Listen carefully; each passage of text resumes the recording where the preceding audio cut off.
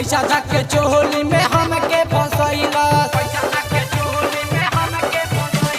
कमर में कहमर अपन सटैला से पैसा धके चोली में हमके फसैला महाजा में साजा वो रात दिले बा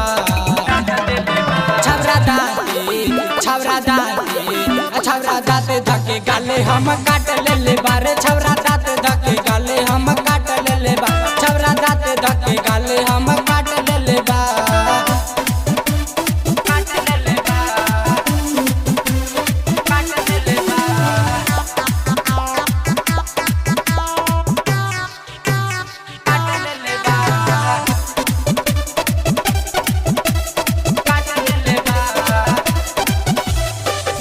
सब कुछ देखले लाल बाबू राजा के रहे साथ रखले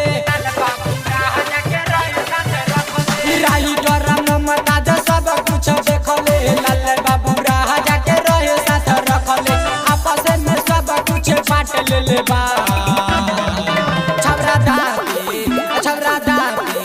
छवरा दाते धके गाले हम काट ले बारे